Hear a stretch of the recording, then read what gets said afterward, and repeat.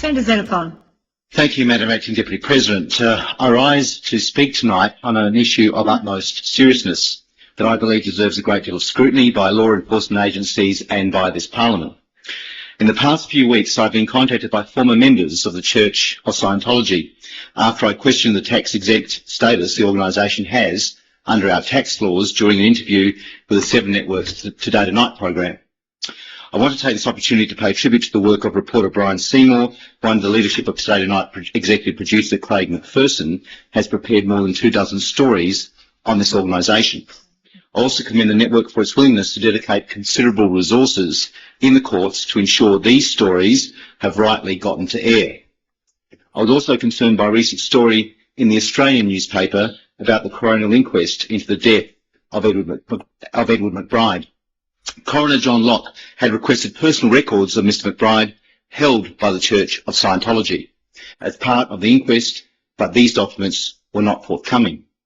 Instead, they were shifted by the organisation from Brisbane to Sydney and then on to the United States. Since making those initial comments about taxation on the Today Tonight program, a number of former followers of Scientology have written to me. These people rightly see themselves as victims of Scientology, and they have provided long and detailed letters to me about the workings of this organisation. I seek leave to have copies of these letters tabled, some of which have had the names of some Scientology followers deleted with the permission of the authors. I seek leave. Leave granted. There being no objection, leave is granted, Senator. Thank you, Madam Deputy President. Having read the statements and subsequently met with the people who provided them, as well as reading a significant amount of research conducted by my office, I'm deeply concerned about this organisation and the devastating impact it could have on its followers.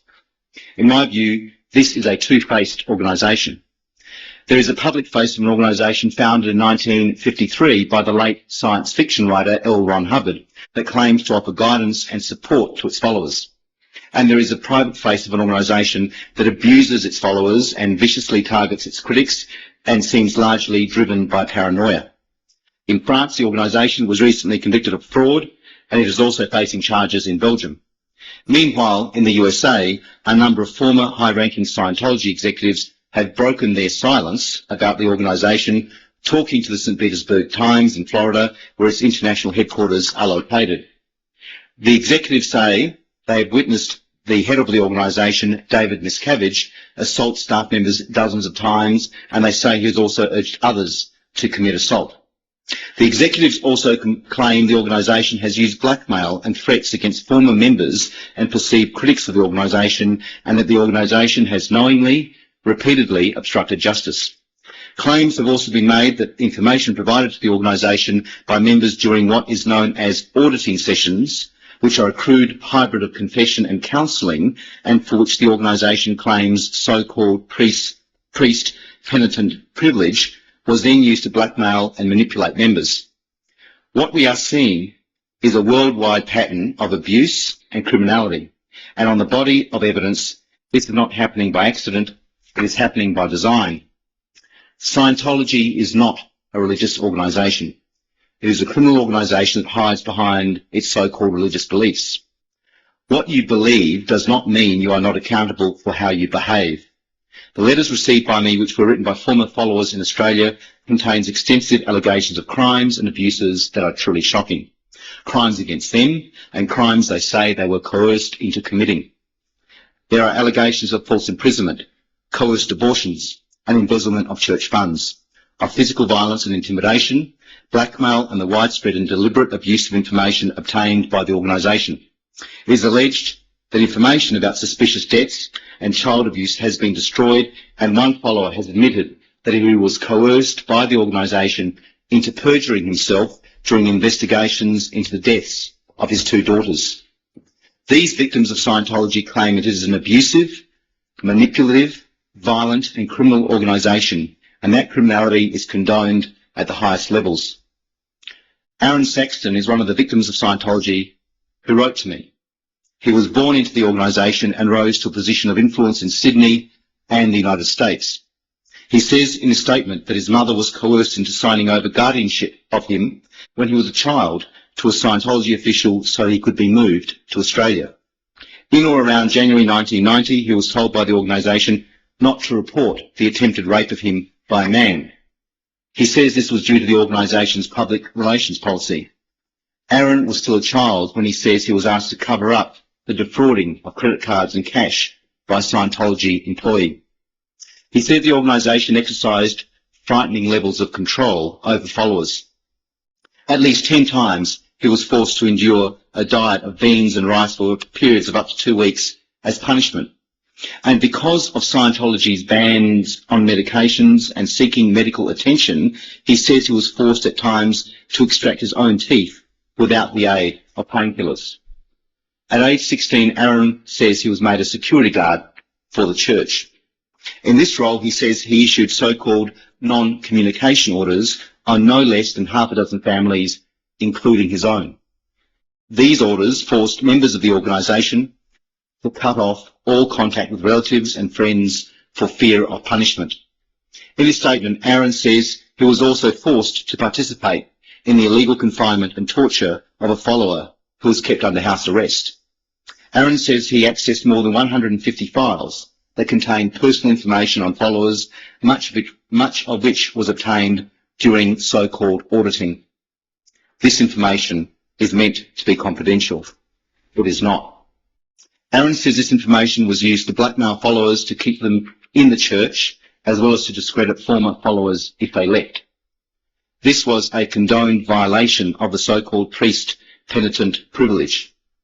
Aaron says he was also involved in deleting files of a member who had suicided. Disturbingly, Aaron has also spoken out against the organisation's policy on abortions. He says while under control of Scientology, he was involved in coercing female followers to have abortions. He says this was in line with a policy designed to keep followers loyal to the organisation and to allow them to keep working for the organisation. Aaron says women who fell pregnant were taken to offices and bullied to have an abortion. If they refused, they faced demotion and hard labour. Aaron says the hope in the organisation was that if these pregnant women were given these punishments, they would give in and have an abortion or miscarry. Aaron says one staff member used a coat hanger and self-aborted her child for fear of punishment. He says she was released from the organisation and the files were destroyed. In 1991, Aaron says he was sent to Scientology headquarters in Florida, where he was involved in the removal of funds from Scientology bank accounts to pay for private services for executives in the organisation. He also says he was made to falsify bank records and ordered more than 30 people to be sent to Scientology's work camps where they were forced to undertake hard labour. He also says he used personal and financial information of followers to track them down if they tried to leave. Aaron has said the organisation forced him to create fraudulent education certificates for children under the age of 15 in order to allow them to work for the organisation. He also says he was coerced into putting 5 individuals under house arrest on 5 separate occasions. These people were not permitted to leave until the organisation had obtained, through coercion, the statements it wanted. Aaron also claims knowledge of 2 instances where followers in the United States confessed to murder, but where this information was not passed on to police. He also says while in the United States, he was ordered by superiors to remove documents that would link a Scientology staff member to murder. Aaron says he and other members opened the files of several celebrity Scientologists in order to glean information which could be used as leverage to force a greater commitment to the organisation. Some might call that blackmail. In his statement, he also details attempts which were made to coerce one celebrity Scientologist into having an abortion. He said the young man who impregnated the celebrity was forced from the organisation and cut off from his parents, who remained Scientologists. Aaron said he was so heavily under the control of the organisation's bizarre power structure, he was complicit in ordering the beating of one follower and facilitated the beating of another. He says he was ordered to help a Scientologist who was hiding from authorities and admits to ordering the throwing overboard of a man from the Scientology ship, the Freewinds. He is not sure if this order was ever carried out. Aaron has now left the organisation and is willing to cooperate with police investigations into these matters. He was born into the cult and he says he regrets the control it had over him and the things he did as a result. I ask my fellow senators, do these things sound like religious activities to you? Does this sound like an organisation that should be receiving support from the Australian taxpayer in the form of tax exemptions because they claim to be a religion? I've also received correspondence from Carmel Underwood, another former member and another victim of Scientology. She says that while she was working for the organisation in Sydney, she fell pregnant and was put under extreme pressure to have an abortion. When she refused, she was put on a disciplinary program. Carmel also worked for the organisation's financial planning arm and says that when requests for payments for abortions were made by the organisation's executives, they were never questioned, even though all other requests for funds were met with delays and haggled over. Carmel says she also witnessed a young girl who had been molested by her father being coached as to what she should say to investigating authorities in order to keep the crimes secret. Carmel says she was physically assaulted by a representative of the organisation during an argument. And when she finally left the organisation, she says information she divulged during so-called auditing was used by members to discredit her. Carmel says she chose to speak out because she knows there are many more victims of Scientology, many of whom are still caught up in the organisation and who are being physically, financially and mentally abused. Carmel's husband Tim supports his wife's story and says the couple suffered serious financial hardship because of their involvement in the organisation. He says they were forced to pay more than $100,000 to publicise the organisation and for so-called religious texts and courses. It's incredible to think that the Christian Bible is free in every hotel room in the country, but Scientology texts and courses can cost followers their life savings and even fortunes they don't have and feel compelled to borrow. One of the saddest correspondences I've received, and they're all sad, is from Paul Schofield. He also alleges the cover-up of child abuse by the organisation and admits being part of a campaign to cover up the facts surrounding the deaths of his two daughters. Paul says his first daughter, Lauren, who was 14 months old, was being babysat at the organisation's building in Sydney when she was allowed to wander the stairs by herself and fell. She died in hospital 2 days later. Paul says he felt pressured by Scientology executives not to request a coronial inquiry, pressure he ultimately gave into. He was also told if he sought compensation from Scientology, he and his wife would be ineligible for any other services. His second daughter, Kirsty, who was two and a half, died after ingesting potassium chloride, a substance used as part of a so-called purification program run by the organisation. Under the direction of Scientology executives, Paul says he perjured himself to the police and during the coronial inquest in order to protect the organisation. Under incredible pressure, he agreed to lie because he was scared he would be heavily punished by Scientology if he told the truth. It's a decision he regrets to this day. I've received statements from Anna and Dean Dethridge, who claim to have been subjected to physical and mental abuse during their time with the organisation. Anna says she was instructed by the organisation to disconnect from her sister because her sister was gay and therefore, according to Scientology, dangerous, perverted and evil.